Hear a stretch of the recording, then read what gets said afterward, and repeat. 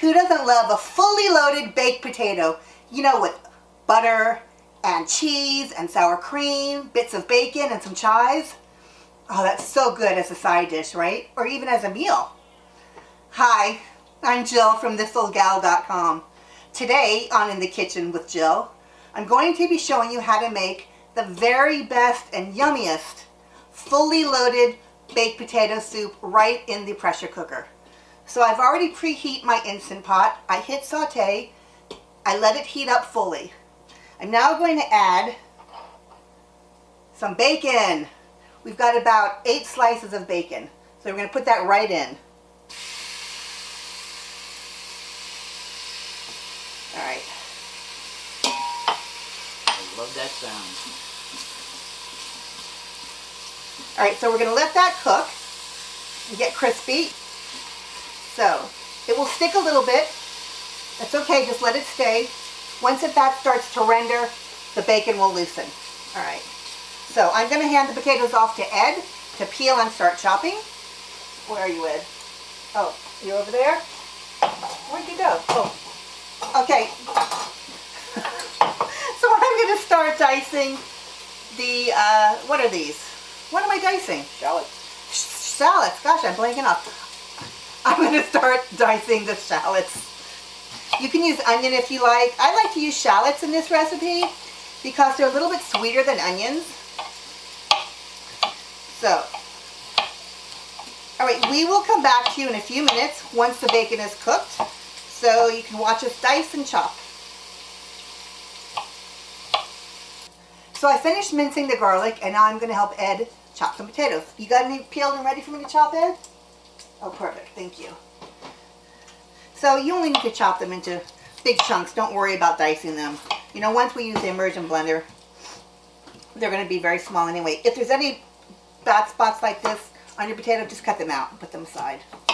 You don't want that. And then we'll put them in a bowl, and we're ready to cook. Okay, as soon as the bacon is done, we will take it out. Okay, so the bacon is nice and crisp. We're going to take it out now and put it on a plate lined with a paper towel. Here it is. Thank you very much. Nice and crisp. You want it crispier, finish it up in your air fryer. So I'm going to hand this pot off to Ed, and he's going to dump out all the grease and just leave 1 tablespoon. So we just want a little bit of the flavor in there. Okay, so there you go. Just leave me 1 tablespoon. As soon as that comes back, we are going to add a stick of butter, which will deglaze the cooking pot. So I'm going to put the butter in to the pot, just like so. See all those brown bits? It'll come right up with the butter. Okay. Thank you. All right, so push it around. The butter will foam up, and we will add some shallots. That's nice. It's all coming up now. All right. When you see it foaming like that, you want to add your shallots. So we'll add all the shallots, just like this. It's going to add great flavor to this. Don't worry, you won't have any chunks. They will completely disappear in the soup. Okay, so now that we've added our shallots, we're ready to add the rest. I want to make sure though first that everything is deglazed and not stuck on the bottom. Okay, this little bit's not going to kill you. Okay, so now we're going to add garlic. I'm going to add a little bit of pepper, freshly ground black pepper, about a half a teaspoon.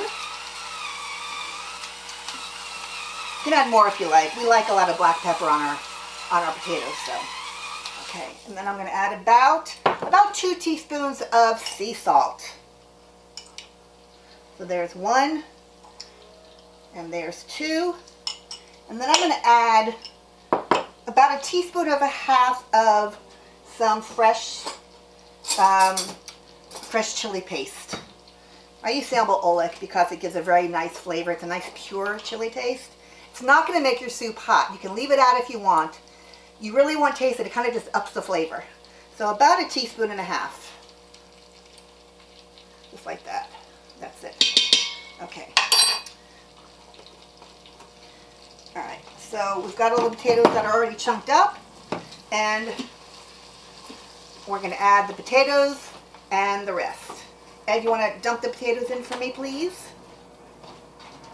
See the rest of the brown bits at the bottom with all this action happening in here? It's coming up. Remember the shallots are releasing water. So you want to make sure they're nice and strained. And add them in.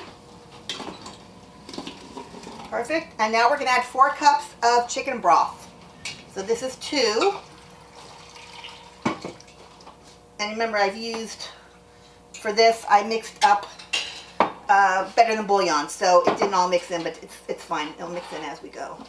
And, okay, while he's doing that, I'm going to add in 1 cup of cream. You see that? Another 2 cups just appeared, just like that. Okay, so we're going to add the rest of the chicken broth. Just like that. Okay. Oh, it looks wonderful. Now this cream, we're using heavy cream. As long as you use heavy cream, there's enough fat in it that it won't curdle or it won't break or look all funky like you sometimes will see if you use milk or half and half.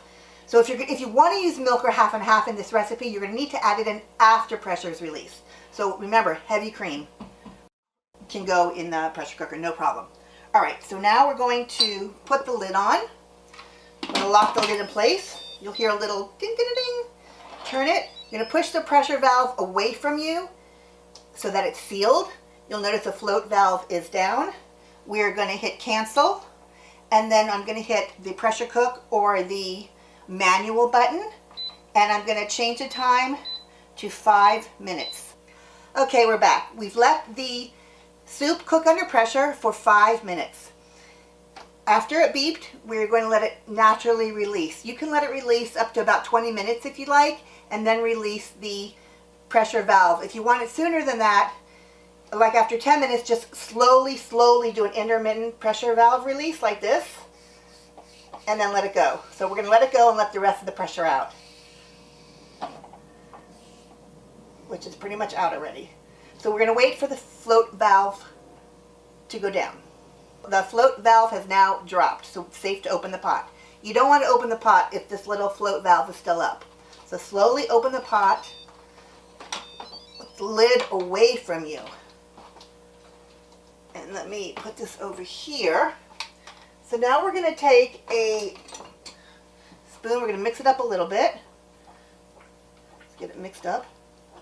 Oh, Ed is here. Ed looks like he wants to do the immersion. Do you know why he wants to do it? You know why he's grabbed it before I had a chance to get it? Do you want me to tell you why? I make a huge mess. Anyway, so we're going to take sour cream and we're going to put it right in here. Ed, you're very funny. You trying to avoid a mess? You need to come on camera. The less cleaning I have to do, the better. Okay, so we're going to process this with the immersion blender until it's nice and creamy. Go for it, Ed.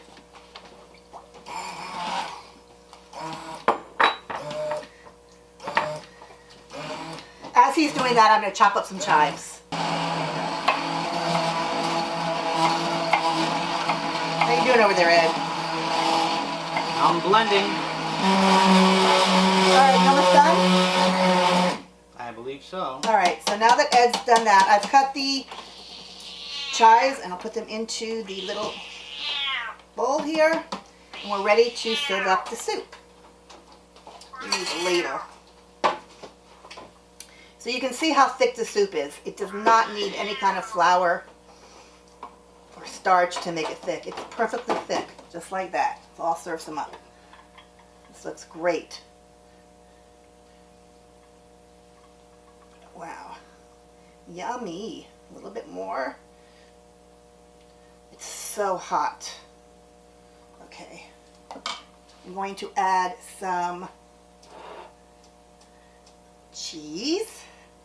Remember, the sour cream is already in it, so you don't need to add any any more sour cream. Let me put this down for a moment. Just like that. I'm going to take, remember that bacon we cooked earlier? I'm going to chop some up. Just like that. I'm going to top some bacon on it.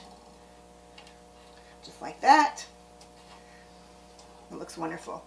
And finally, we will put some chives. Chives. This is a fully loaded baked potato soup. How wonderful does this look? So good. I think I need to try that. Okay. Okay. Let me grab you a spoon. There's your spoon. Here you go. It's very hot. Be careful. I'd burn my finger.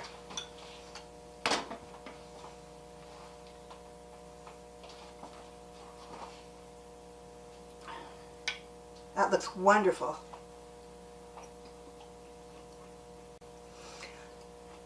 Okay, so Delicious. this is great for a cool night, nice and hearty soup. When it's real cold outside, it just warms you on the inside.